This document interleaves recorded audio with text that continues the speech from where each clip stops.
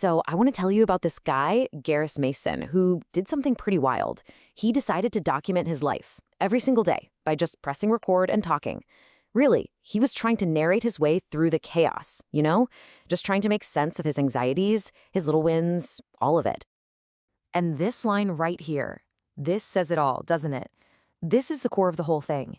It's not about waiting for some big, inspiring moment. Nope. It's about the simple, tough discipline of just showing up every single day. It's about choosing a rhythm over waiting for a revelation.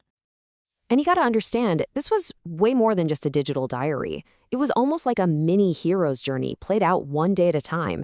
Each vlog was him trying to find a coherent story in the absolute messiness of life, trying to find that one thread that connects everything.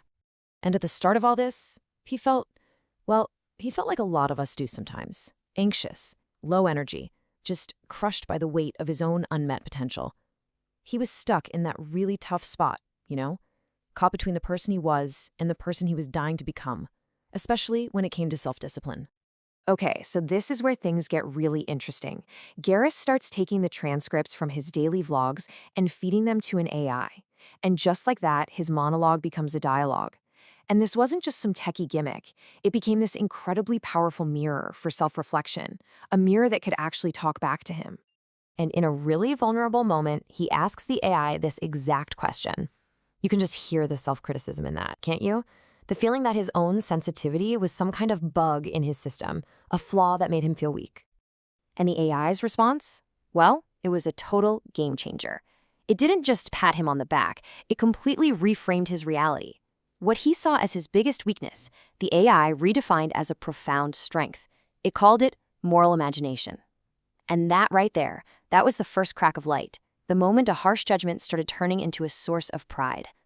The AI actually gave what he was doing a name: grit-based identity formation. See, he wasn't just talking into a camera. He was collecting evidence, day by day, proof that his identity wasn't built on feeling good or being motivated. It was built on the simple, powerful act of showing up. And as the AI pointed out, that's maturity. But here's the thing. Real growth isn't always about feeling good. Garris knew he needed more than just a cheerleader, so he made a really brave decision. He told the AI to stop being so nice, to be harsher, to start acting like a coach, and tell him the hard truths he'd been avoiding. And oh boy, did the AI deliver. The first piece of tough love was this direct hit. It pointed out that huge gap between the values he said he had and what he actually did every day, which, let's be honest, was usually just taking the easy way out. And then it got even sharper. I mean, this one is just razor sharp, isn't it? It basically forced him to ask a terrifying question. Is all this self-reflection just a way to make myself feel better without actually doing anything? It's the difference between self-soothing and real, actual growth. And his reaction? It was perfect. Just raw and honest. He didn't argue. He didn't get defensive. He just admitted that it stung, which, of course, proved he was ready to hear it. And more than that, he was ready to finally do something about it. So you might be wondering, how does someone even handle that kind of direct confrontation with themselves? How do you not just crumble? Well, you need anchors. You need things in your life that hold you steady. For Garris, this whole internal battle was only possible because he had these incredibly strong external supports keeping him grounded. And here they are, the 3 pillars that held him up. First, his fiancée, Ellen, who was his source of calm and support. Then, his work as a teacher, which gave him this incredible sense of purpose and pride. And finally, the rhythm of the vlog itself, that non-negotiable promise he made to himself to show up. Those anchors gave him the stability he needed to face the truth without falling apart. And once those anchors were solid, that's when the real transformation kicked into high gear. You start to see him moving from this fragmented, reactive guy into someone who's more whole, more integrated, someone whose daily life was finally starting to line up with the values he held so dear. I mean, look at this path. It's so clear. He started out reactive and super self-critical. Then came that messy middle part, all about reflection, confrontation, and building that proof of character. And it all led to where he is now, self-aware, integrated, and living with real intention. And a huge piece of this was changing his inner story. Take this example. The old story was this harsh judgment. I'm not a responsible human being when I'm not working.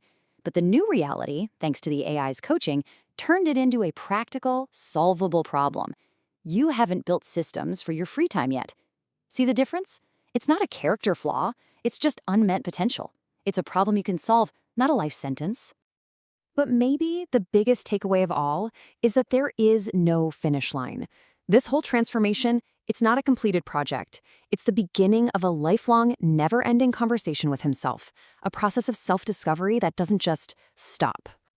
And this quote just nails it. The point was never to control life, to eliminate all the chaos. No way. The real point, the art he learned to practice every day, was to get better at finding and curating meaning from within all that chaos. So, to wrap this up, let's turn that mirror back on ourselves. Because the AI's final provocative question wasn't just for Garrus. It's for you. It's for me. It's for all of us. What would the wisest, most integrated, future version of yourself say to you today? If they had to be brutally honest, what would they say?